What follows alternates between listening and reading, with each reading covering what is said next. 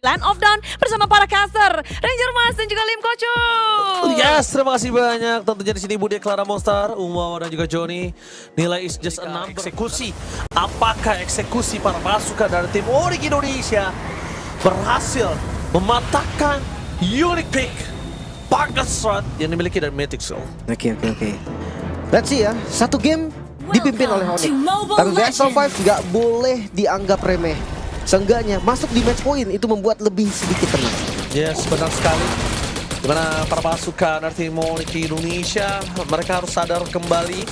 Early game mereka harus lebih santai, lebih landai. Kalau mau dapetin point kill, pastikan itu dapat. Jangan sampai mereka terlalu banyak buying time. Pertukaran yang nggak adil dengan hero-hero scaling mereka yang ada 3 biji di sini. Dan gue sebenarnya suka sih last pick-nya Yif. Karena ya by the way sekarang Alice di jungle gue jarang banget yang ngeliat dia full damage. Seenggaknya seandainya dia full damage itu ada Clock of Destiny. Jadi menurut gue burst damage hero tuh nggak akan cukup untuk makan Alice-nya. That's why ya kayak DPS pasti ini bisa jadi solusi. Contoh ya Yif, mungkin kalau memang lebih berani kayak Sapphire Cecilian itu sih opsi-opsinya juga lah. Dia nggak bisa yang dia nggak bisa di burst lah Alice-nya. Belum lagi dengan sekarang banyak yang bikin brute force juga gitu kan, karena brute force tuh hybrid damage. Bukan cuma physical, hybrid damage bisa dipakai berarti untuk Alice juga. Dari segi emblem seperti biasa, normal. Tapi untuk Alice ada Impurage. Impurage, Chisel Hunter, dan Trill. Trill pasti untuk mempercepat jungle-nya. Tapi Impurage ini ya lumayan lah, ngebantu Alice-nya untuk regen mananya jadi lebih masif ketika skillnya connect. Dan jangan lupa untuk Savero di area bottom lane, tidak boleh terkena solo kill lagi. Berbahaya waktunya. Dan Arlott di sini akan membuat Lutfi agak sedikit kebingungan, dan nanti di team fight besar Arlott juga harus diperhatikan nih. Ya. Arlott harus diperhatikan. Bukan hanya crowd controlnya aja, tapi dengan dia buying time yang mahal nantinya dan terlalu banyak source skill menuju ke arah dia dan dia nggak bisa ke eksekusi, itu bakal menjadi kerugian untuk tim Onyx. Ya.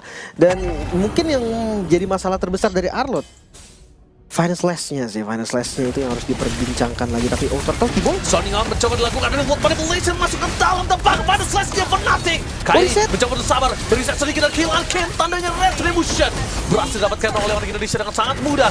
Memasang kembali dan Oniko tenggelam dalam lautan. Onyx Indonesia kembali double kill bahkan di tangan dari Gila Sans. itu dia dengan EOE yang sangat besar. Mereka tahu power dari Povius, mereka tahu dari Yif. Real World Magician dikombinasikan dengan Dark Wave tadi yang connect ke target. Alice, yes, Alice adalah hero asuransi. Alice butuh item, makanya Alice gak akan kuat. Alice gak akan bisa untuk bertahan. Dan ya 3-0 bahkan 4 point kill in total.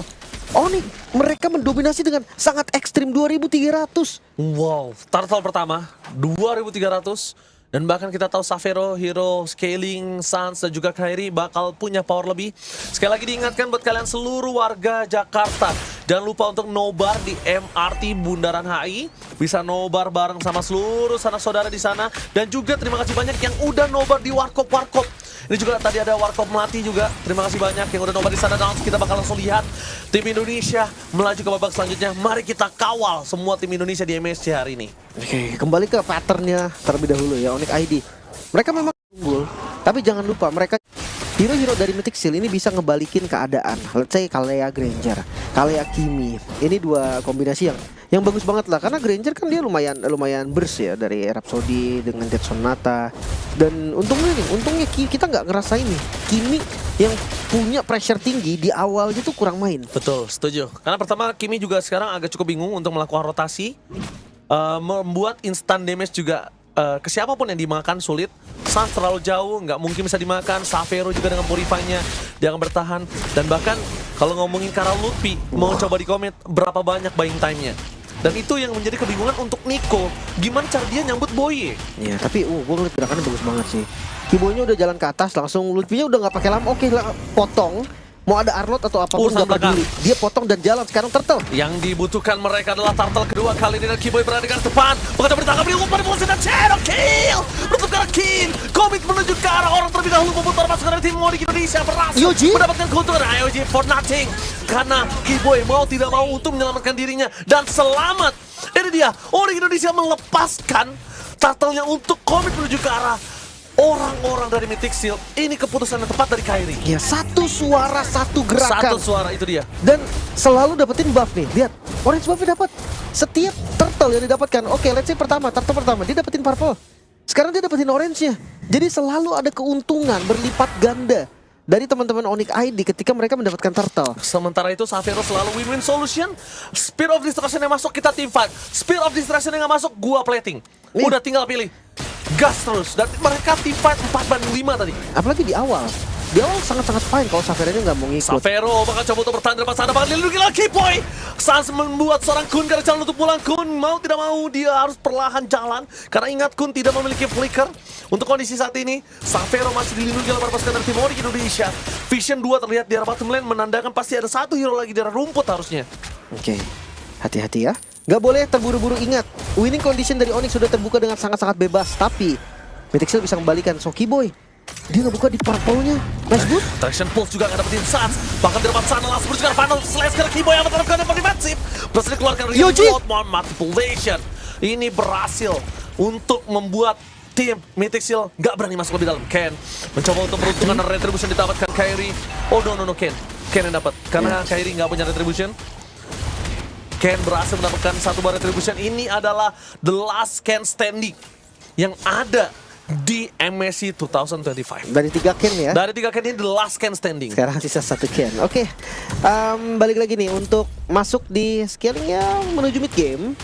Kelihatan sangat-sangat jelas Ken ini nggak punya early game yang diinginkan. Jangan lupa memang Alice itu butuh banget item. Karena kalau misalkan dia dipaksa tiba dari awal itu susah banget. Dia kurang dari statsnya. Belum ada damage, belum ada badan. Dan kita masih belum tahu juga nih memang dari Kennya mau ke arah mana. Tapi traction pulse Kiboy coba tahu. Oke, tapi Kiboy dipaksa dan itu dia Tsunami Slim dengan damage dari turret tambahan membuat Kiboy untuk takedown. Membuat para pasukan dari tim Onyx mereka kehilangan satu member. Tadinya tim fight akan diuntungkan dengan modal satu orang. Tapi informasi yang lebih mahal adalah Boye tidak memiliki Tsunami Slam. Jadi Mythic Seal juga nggak berani masuk lebih dalam, Lim. Iya.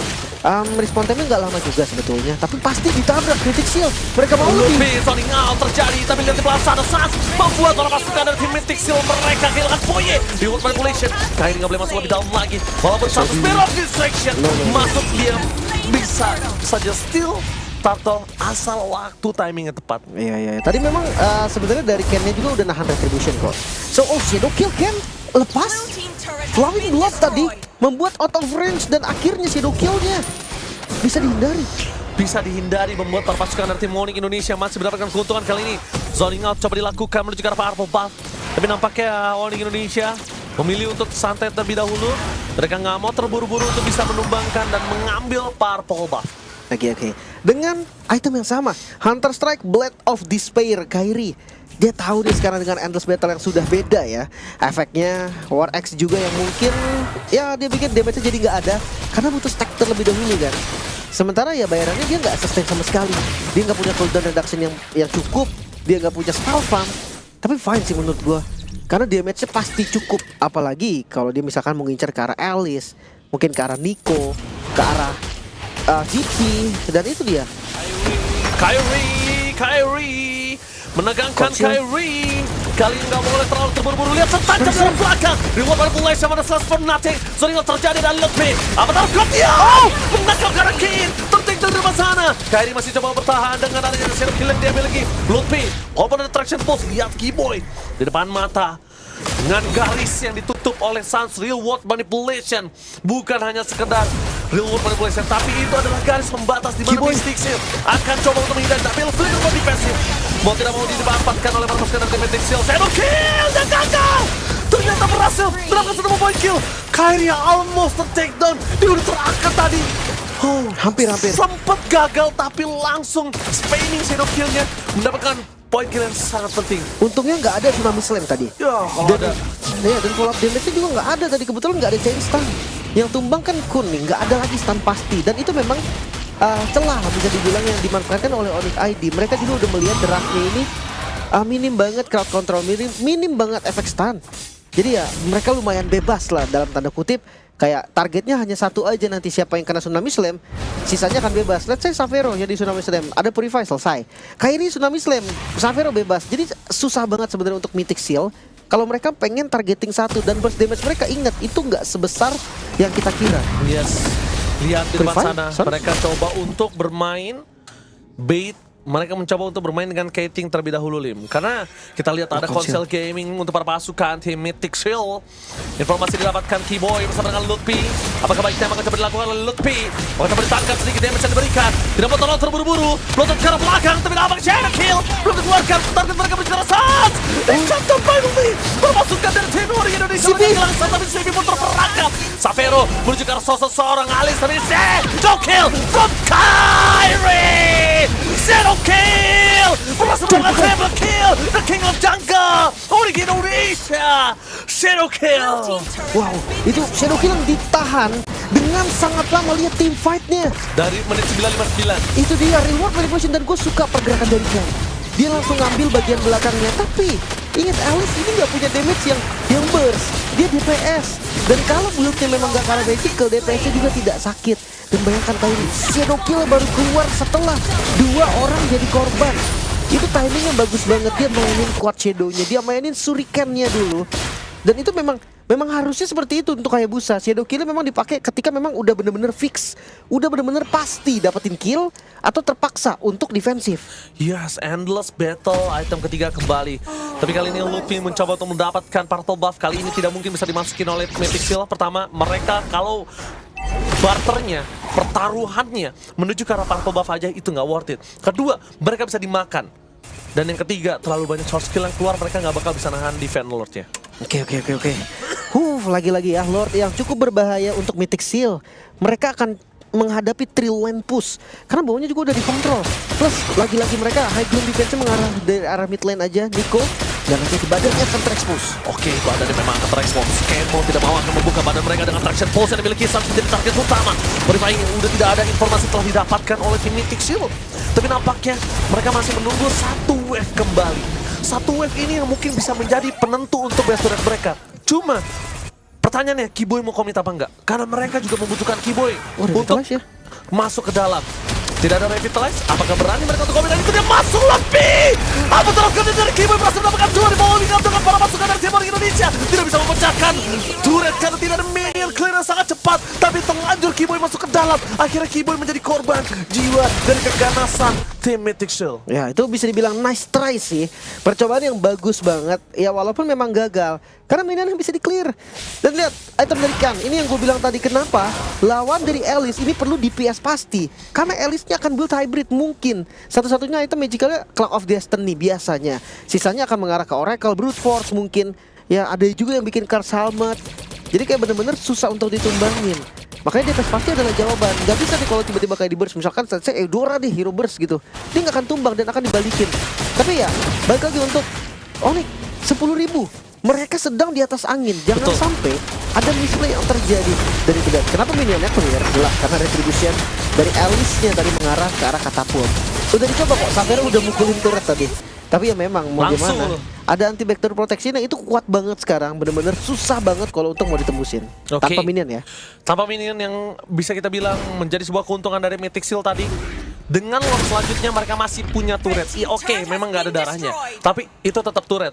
Sehingga kalau misalnya nanti lordnya bisa selesai dengan sangat cepat, mereka nggak akan bersuper minion. Komit karena Lutfi bukan sebuah jawaban. Karena kalau mereka mau komit karena Lutfi, mereka akan kehilangan momentum. Terlalu banyak waktu yang diberikan Lutfi dan bakal lihat dengan Twilight Armor yang dia miliki. Dia akan lebih sangat sulit untuk dimakan. Anti burst. Wah, gue suka banget sekarang kombinasi kayak Queen's Wing terus kayak Twilight Armor. Itu kayak punya immortal gitu loh, darah setengah bener-bener tiba-tiba naik lagi, apalagi Clock of Destiny sama Twilight Armor. Itu enak banget sih, bener-bener anti burst sekali. Cuma ya Lutfi pilihan item yang sangat-sangat tepat juga. Karena bisa dibilang Lutfi ini adalah korban Tsunami Slam. Iya. Dia akan flicker ke depan, akan dark wave flicker ke depan. Dan di situ matanya akan langsung ke arah Lutfi. Iya, itu dia. Ditambah lagi Keyboy, dia tinggal ngebuka. Cuma balik lagi catatan jangan seperti tadi. Kalau mereka masuk di saat yang mungkin kurang cukup pasti, ini berbahaya. Untungnya saat sekarang udah available dengan Purify-nya. Di arah top lane akan show untuk sosok seorang Moskov. Tapi informasi yang didapatkan adalah tidak ada 2 orang di sana. Bahkan tidak ada 3 orang. Mereka hanya melihat beberapa orang saja di area pit.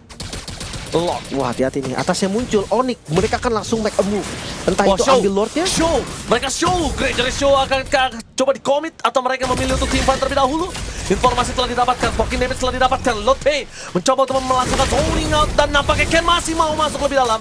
Retribution dan Jaguar dan Tsunami Slave menangkap Lotte. Prehitter belakang untuk seorang Safero. Ken bersama mendekat Virus respon nothing. Di belakang sana, Kairi akhirnya masuk dan Shadow Kill from Kairi. One last man standing, Ken and one out. Triple kill. Urik Indonesia berhasil mendapatkan game yang kedua. Full domination dan one straight boost. Ini bencana untuk Mythic Seal. Match point di tangan perpasukan dari tim Monica ini. Satu langkah lagi untuk sang Raja Langit menuju ke semifinal. Perwakilan Indonesia yang bermain dengan sangat-sangat gemilang mulai ditunjukkan kembali. Oke, satu langkah lagi. Battle of the Champs di